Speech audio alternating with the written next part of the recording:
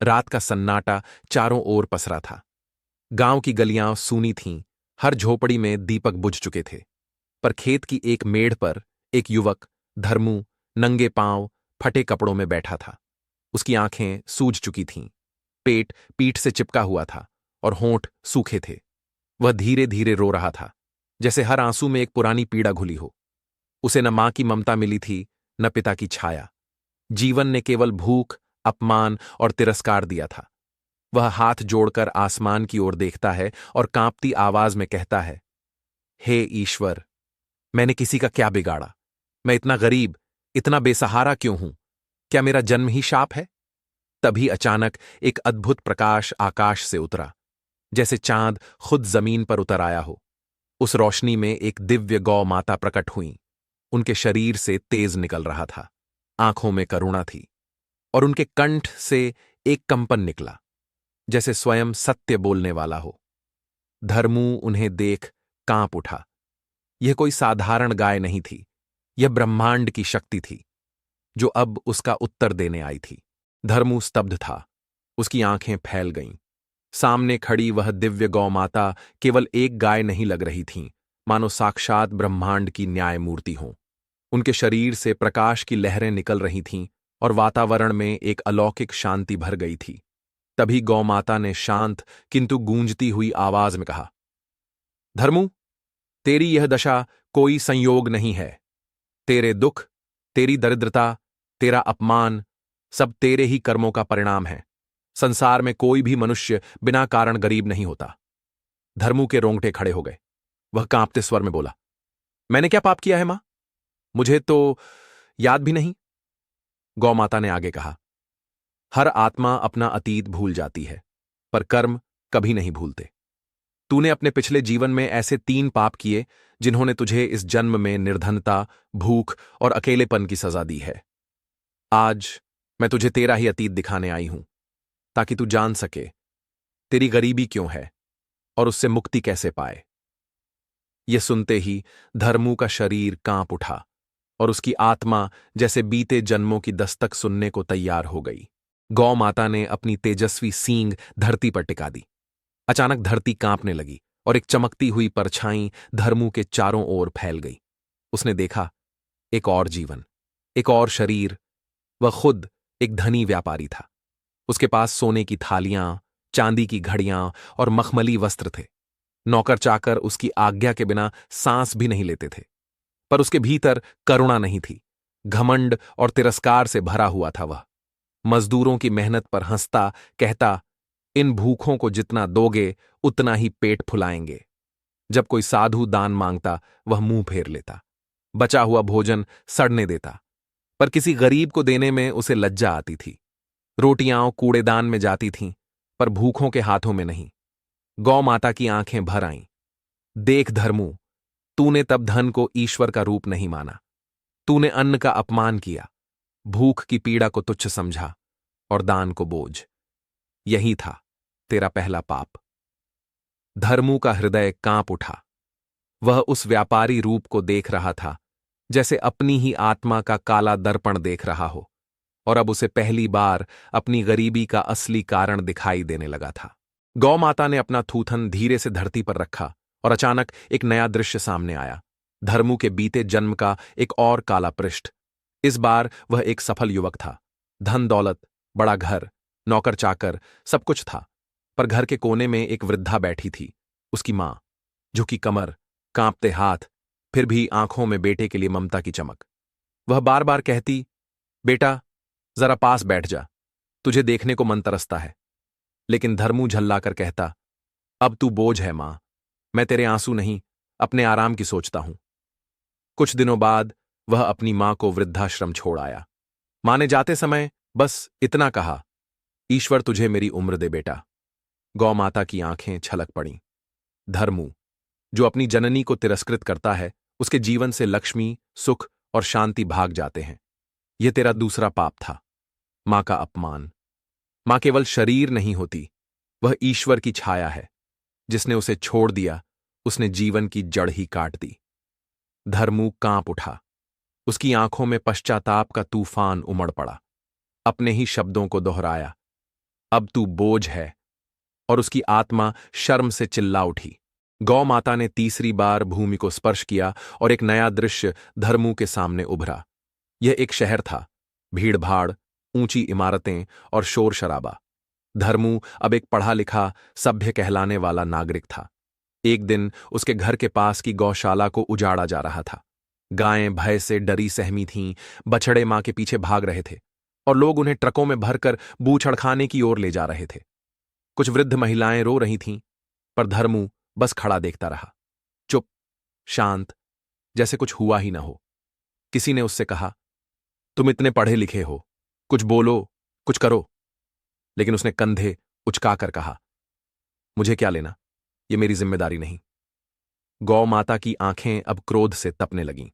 उन्होंने गंभीर स्वर में कहा, धर्मू, जो अन्याय को देखकर भी चुप रहता है, वह भी उतना ही दोषी होता है जितना अत्याचारी। जब गायों की आंखों में आंसू थे, तब तेरे दिल में चुप्पी थी। यही तेरा तीसरा पाप है। यह सबसे भारी पाप है, गौ हत्या का मौन समर्थन। तूने एक सजीव आत्मा की पुकार को अनसुना किया, इसलिए तेरे जीवन से दया, पुण्य और समृद्धि सब दूर हो गए। धर्मू अब घुटनों पर गिर पड़ा। वह कांप रहा था, जैसे किसी जलते हुए पत्थर पर बैठा हो।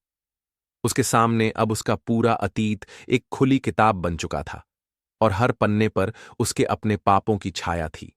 धर्मू अब खुद को संभाल नहीं पा रहा था। तीनों दृश्य उसकी आंखों के सामने घूम रहे थे, भूखों का अपमान, मां का तिरस्कार और गौवंश की चुपचाप हत्या। उसका चेहरा पीला पड़ गया, होठ सूख गए और पूरा शरीर कांपने लगा। आंसू थम ही नहीं रहे थे। वह जमीन पर गिर पड़ा, माथा मिट्टी में रगड़ता हुआ चिल्लाया, मां, मैंने नहीं जाना, मुझे समझ ही नहीं था, कृपा करो, मुझे माफ कर दो। गौ माता शांत खड़ी थीं, पर उनकी आंखों में करुणा और न्याय दोनों थे। उन्होंने गहरे स्वर में कहा, धर्मू, पश्चाताप ही पहला कदम है, पर जब तक वह कर्म में नहीं बदले, तब तक मोक्ष नहीं मिलता। केवल रोने से पाप नहीं धुलते, परिवर्तन से धुलते हैं। अब तुझे 3 अग्निपथों से गुजरना होगा, 3 अग्नि परीक्षाएं जो तेरे भीतर के विकार को जलाएंगी। धर्मू कांपता हुआ बोला, मैं तैयार हूं मां, चाहे जो पीड़ा सहनी पड़े, पर मैं अब अंधेरे में नहीं जीना चाहता। गौ माता ने सिर हिलाया और कहा, तो सुन, ये अग्निपथ तुझे तपाएंगे, पर इसी से तेरा पुनर्जन्म होगा। वही जीवन जो तूने अपमानित किया, अब उसे तू सेवा से सजाएगा। उस रात आकाश से उतरकर जो प्रकाश आया था, अब धर्मू के हृदय में जलने लगा। उसकी आत्मा रो रही थी, पर अब वह आंसू प्रायश्चित के थे, पिघलती हुई आत्मा की पुकार। अब धर्मू वही आदमी नहीं रहा था जो कल तक अपने पापों से अनजान था। उसका चेहरा गंभीर हो गया था, आंखों में नमी और आत्मग्लानि की चमक थी। उसने पहला संकल्प लिया, जब तक भूखों को अन्न न दे लूं, तब तक खुद एक निवाला भी नहीं खाऊंगा। सुबह होते ही वह एक गठरी में रोटियां बांधता और गांव-गांव, खेत खलिहानों में निकल जाता। जहां भी कोई भूखा दिखता, वह चुपचाप थाली में रोटियां रख देता। कभी खुद भूखा रहता, कभी सूखे चावल खाता, पर दूसरों की थाली खाली न जाने देता। हर बार जब वह किसी को रोटी देता, वह सिर झुकाकर कहता, यह मेरे पापों का प्रायश्चित है। कभी मैंने अन्न का अपमान किया था, अब अन्न ही मेरी पूजा है। लोग उसे देखकर चकित थे। यह वही धर्मू था जो कभी गरीबों पर हंसता था। अब वह फटे कपड़ों में भी राजा जैसा लगता था, क्योंकि उसके हाथ देने वाले हो चुके थे। और हर गांव की पगडंडी पर, हर खेत की मेढ़ पर गौ माता उसकी छाया बनकर चलती थी। उन्हें कोई देख नहीं सकता था, पर हर बार जब कोई भूखा मुस्कुराता, धर्मू को उनकी नजर का आशीर्वाद महसूस होता। उसका पहला अग्निपथ शुरू हो चुका था, जिसमें भूख से नहीं, सेवा से पेट भर रहा था। पहले अग्निपथ से गुजरने के बाद धर्मू का हृदय और भी कोमल हो गया था। अब वह केवल भूख नहीं समझता था, बल्कि भावनाओं की पीड़ा को भी महसूस करने लगा था। एक दिन गांव के कोने में एक बूढ़ी महिला मिली, झुकी कमर, कांपते हाथ, धुंधलाई आंखें। कोई उसे पूछने वाला न था। धर्मू उसकी झोपड़ी में गया, पैरों के पास बैठा और बोला, मां, मुझे अपना बेटा बना लो। जिस मां को मैंने जीवन से निकाला, आज उसकी सेवा से ही मेरा उद्धार होगा। उसने महिला के पैर दबाए, तेल से मालिश की, बालों में कंघी की और रात को उसे लोरी सुनाई जैसे एक बेटा अपनी मां को सुनाता है। वह खुद जमीन पर सोता, पर उसकी झोपड़ी में मां के लिए हर रात एक दीपक जलता। गांव वालों ने देखा, धर्मू अब पहले जैसा नहीं रहा। उसके चेहरे पर एक शांत तेज था, उसकी हर हरकत में सच्ची ममता बसती थी। गौ माता उस झोपड़ी के बाहर बैठती थीं, जैसे पहरेदार हों। एक दिन उन्होंने मुस्कुराते हुए कहा, जिसने मां को अपनाया उसने सृष्टि को अपनाया। तू अब धीरे धीरे अपने पापों को जला रहा है। धर्मू के हाथ अब सेवा का प्रतीक बन चुके थे और उसका दिल एक बच्चे की तरह निर्मल हो रहा था। अब धर्मू का हृदय पूरी तरह बदल चुका था। तीसरे अग्निपथ की ओर उसका कदम स्वतः बढ़ा, जहां सेवा नहीं, समर्पण की परीक्षा थी। एक दिन वह गांव के बाहर की टूटी फूटी उजड़ी हुई गौशाला में पहुंचा। वहां सिर्फ खाली चरागाह था, दीवारें गिर चुकी थीं और कुछ बीमार गायें भूखी प्यासी कांप रही थीं। धर्मू ने निर्णय लिया, अब यही मेरी तपस्थली होगी। वह गांव गांव जाकर भिक्षा मांगने लगा, पर अपने लिए नहीं, गायों के लिए। जो कुछ भी मिलता, भूसे से लेकर चारा, दवाई से लेकर लकड़ी तक, वह सब गौशाला में लाकर लगाता। खुद मिट्टी से दीवारें बनाता, बांस काटकर छप्पर लगाता और दिन रात गायों की सेवा करता। एक रात जब वह थका हुआ भूसा बिछा रहा था, एक युवक ने तंज में पूछा, धर्मू, ये सब करने से तुझे क्या मिलेगा? ना नाम, ना पैसा। धर्मू ने मुस्कुराकर कहा, मुझे संपत्ति नहीं, खुद को पाना है। जिस गौ को मैंने पहले मौन रहकर मरने दिया, आज उसी के लिए जी रहा हूं। गौ माता दूर खड़ी सब देख रही थीं। उनकी आंखों में अब स्नेह की चमक थी। एक तेजस्वी आभा धर्मू के चारों ओर फैलने लगी थी। उसका तीसरा अग्निपथ अब पूर्ण होने को था। वह अब निर्धन नहीं था, वह समर्पण से समृद्ध हो चुका था। वह रात किसी सामान्य रात जैसी नहीं थी। आकाश में तारे अधिक चमक रहे थे और हवा में एक दिव्य गंध फैली थी। धर्मू थका हुआ था, लेकिन उसका मन शांत था। उसने अंतिम गाय को चारा डालकर जैसे ही अपनी आंखें बंद कीं, एक प्रकाश उसकी झोपड़ी में फैल गया। गौ माता फिर प्रकट हुईं, लेकिन अब उनका रूप और भी तेजस्वी था। उनके शरीर से स्वर्णिम प्रकाश की लहरें निकल रही थीं और उनकी उपस्थिति से पूरा आकाश जैसे नतमस्तक हो गया था। धर्मू ने तुरंत चरणों में सिर रख दिया। गौ माता ने स्नेह भरे स्वर में कहा, धर्मू, तूने अपने पापों को केवल आंसुओं से नहीं, कर्म से धोया है। अन्नदान, मां की सेवा और गौ रक्षा ये तेरे तप हैं। अब तेरी दरिद्रता तुझसे सदा के लिए विदा लेगी, पर यह समृद्धि बाहर से नहीं आएगी, यह तेरे भीतर से फूटेगी। तू अब वो दीप बन गया है जो अंधेरों को रोशनी में बदलता है। इतना कहकर गौ माता ने अपना थूथन धर्मू के सिर पर रखा। उसी क्षण एक ऊर्जा की तेज तरंग उसके शरीर में समा गई। उसका शरीर कांप उठा, आंखों से आंसू बह निकले, पर ये आंसू अब दर्द के नहीं, आशीर्वाद के थे। धर्मू अब पहले जैसा नहीं था। उसका चेहरा प्रकाशित था, हृदय निर्मल और आत्मा मुक्त।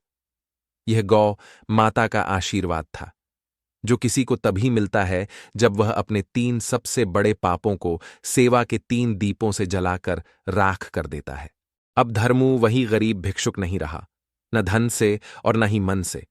उसके फटे कपड़े वहीं थे, झोपड़ी भी वहीं, पर भीतर कुछ पूरी तरह बदल गया था। उसकी आंखों में अब शांति की चमक थी, उसके शब्दों में करुणा और चेहरे पर आत्मविश्वास। गांव के लोग जो कभी उसे हिकारत से देखते थे, अब उसके चरण छूने लगे। उन्होंने उसे एक नया नाम दिया, धर्म संत। वह अब किसी अमीरी का मालिक नहीं था, पर फिर भी सबसे सुखी था। उसे किसी चीज की कमी नहीं लगती थी, न भोजन की, न स्नेह की, न सम्मान की। हर सुबह वह बच्चों को धर्म की कहानियां सुनाता, दोपहर में बीमारों की सेवा करता और शाम को गायों के पास बैठकर भजन गाता। उसका जीवन अब दूसरों की पीड़ा मिटाने में ही संपूर्ण था।